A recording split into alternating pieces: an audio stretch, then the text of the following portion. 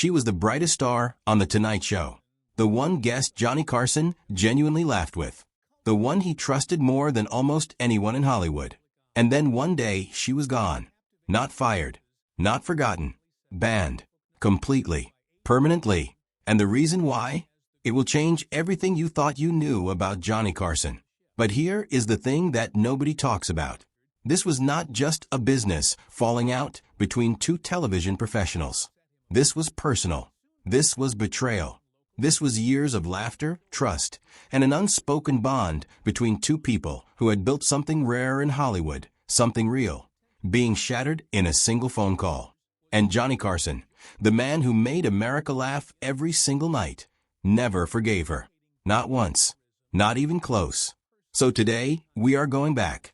All the way back. Because to understand why she was banned, you have to understand who Johnny Carson really was behind that curtain. And trust me, the man behind the curtain was very different from the one holding that microphone. Johnny Carson was not born into fame. He was not handed anything. He grew up in small Midwestern towns, eventually settling in Norfolk, Nebraska, a boy with big dreams and almost no resources to chase them. But at 12 years old, something happened that would change the entire direction of his life. He found a book on magic. Just a book sitting there. And something clicked inside him. He started practicing card tricks on his family. His mother noticed. She believed in him when almost nobody else did, and she sewed him a cape with her own hands. By the time he was 14, he was performing as the Great Carson, earning $3 a show. $3. That was the beginning of an empire. He joined the Navy during World War II, served aboard the USS Pennsylvania, decoded encrypted messages, and somehow still found time to make people laugh. He went undefeated in amateur boxing aboard the ship. He performed magic for the Secretary of the Navy.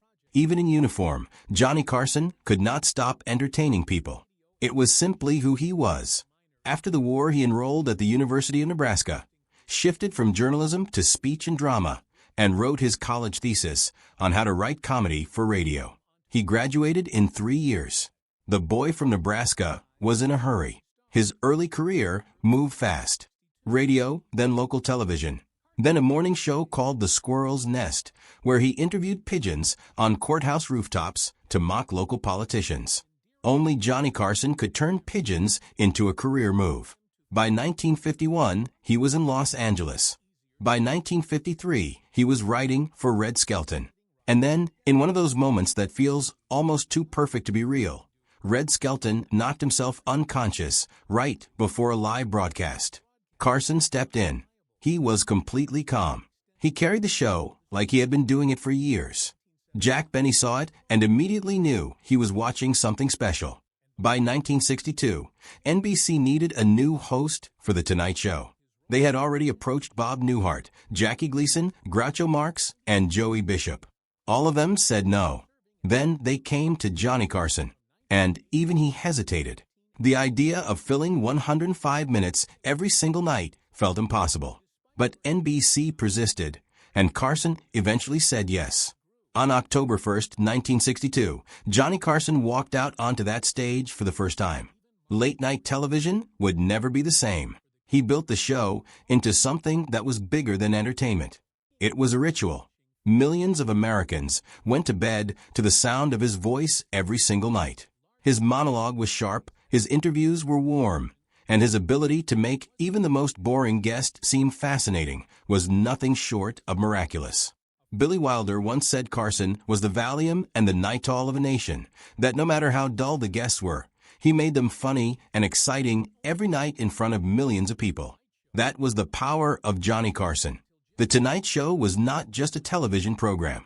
By the late 1970s, it was generating an estimated 17% of NBC's entire pre-tax profits. 17%. One man, 1 hour, every night. Carson was not just a host. He was the engine that powered an entire network. And then there was Joan Rivers. Joan Rivers first appeared on The Tonight Show in 1965. Carson loved her immediately. Her humor was sharp and fast and fearless, and their chemistry was electric. He became her biggest champion. He invited her back again and again. He gave her the kind of platform that comedians spent their whole careers dreaming about. And she gave him some of the most entertaining moments in Tonight Show history. Their banter was effortless. Their dynamic was unlike anything else on television. Carson eventually made her his permanent guest host, the first woman to ever hold that role on the show. She stood in for him regularly from 1983 to 1986. Joan Rivers did not just appear on The Tonight Show. She was part of its DNA, and Carson trusted her.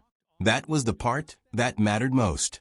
In a world where Johnny Carson kept almost everyone at arm's length, where even his own family could not get close to him, Joan Rivers had gotten through. She was practically family. Some people in Hollywood whispered that they were even more than that. The rumors swirled quietly for years that there was something deeper between them, something that went beyond professional admiration. Whether that was true or not, no one can say for certain. But what everyone agrees on is this: Johnny Carson trusted Joan Rivers more than he trusted almost anyone. And then she made one phone call that destroyed everything. In 1986, Fox Broadcasting offered Joan Rivers her own late-night talk show. It was a massive opportunity. Her own show, her own stage, her own name on the marquee. For a comedian who had spent her entire career fighting to be taken seriously in a world that constantly underestimated her, this was the dream. And she took it. But she never told Johnny first. She did not pick up the phone and give him a heads up. She did not sit down with him and explain her decision. She accepted the offer. And Johnny Carson found out the way he found out things he was never supposed to know. Through the industry grapevine. Someone told him that Joan Rivers, his permanent guest host, his friend, his most trusted colleague, had signed with a competitor without saying a single word to him.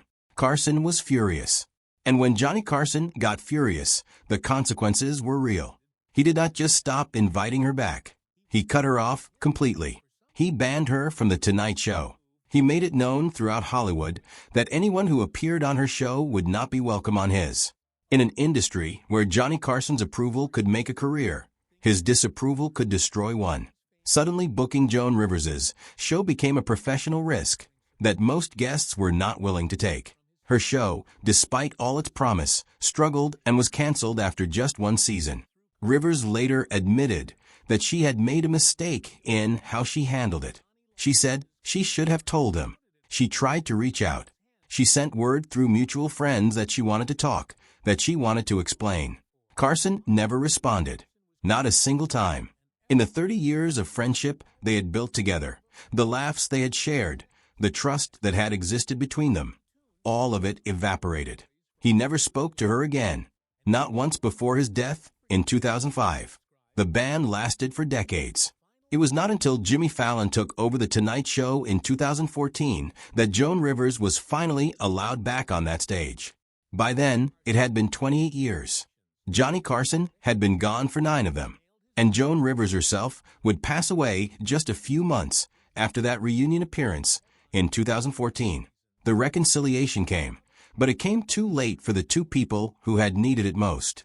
But here is what makes this story so much more complicated than just a professional disagreement. Johnny Carson was not a simple man. The same qualities that made him extraordinary on camera made him nearly impossible to be around off camera. He was a man who held grudges with the same intensity that he held onto everything else that mattered to him. He had been married 4 times. His first marriage ended in 1963, a relationship destroyed by the demands of his rising fame. His second marriage unraveled in betrayal and booze-fueled nights. His third ended in a slow collapse. By the time he found what he described as real love with his 4th wife, Alexis Moss, Carson himself seemed almost surprised that peace was possible. He was distant from his own children. His relationship with his eldest son, Rick, was particularly painful, strained by secrets and silence and moments that could never be taken back. Rick died in a car accident in 1991, and even in his grief, Carson carried the weight of a bond that had never fully healed. This was the man behind the curtain. Brilliant, complex, funny beyond measure, and quietly devastating in the way he handled the people who got closest to him. Carson gave the world his best self every single night, and it cost him. It cost him marriages. It cost him friendships. And it cost him Joan Rivers. Because the truth is, what happened between Johnny Carson and Joan Rivers was not just about business. It was about trust. And for a man who guarded his trust more carefully than almost anything else in his life, having that trust broken without even a phone call was unforgivable. In his world, loyalty was everything. And in his mind, she had chosen Fox over him, without even giving him the chance to understand why. Hollywood has never seen another friendship collapse quite like that one. Two of the greatest comedic talents of the 20th century, people who had built something genuinely rare together, separated forever by one decision and one phone call that never happened. Joan Rivers spent the rest of her career fighting her way back from the fallout. She rebuilt. She pushed harder. She became even more fearless. But she never stopped carrying the weight of what had been lost. In interviews throughout the years, whenever someone brought up Johnny Carson, you could hear it in her voice. The admiration was still there. So was the grief. And Johnny Carson, right up until the end, never wavered. He passed away in January 2005 at 79 years old, quietly, in the home he shared with Alexis in Malibu. The king of late night was gone, and the door he had closed on Joan Rivers in 1986 was never opened again. Some people in Hollywood called it stubbornness. Some called it pride. Some said it was the dark side of the same fierce loyalty that had made him so beloved in the first place. But whatever you call it, one thing is certain. She was never allowed back on the Tonight Show after that. And that silence, that permanent locked door, became one of the most heartbreaking stories in the history of American television. So the question is, was Johnny Carson right to never forgive her? Or did the king of late night let his pride cost him the one friendship that might have actually been worth keeping? Let us know what you think in the comments below. And if you love stories about the hidden side of Hollywood's golden age, make sure you subscribe because we have so many more coming your way.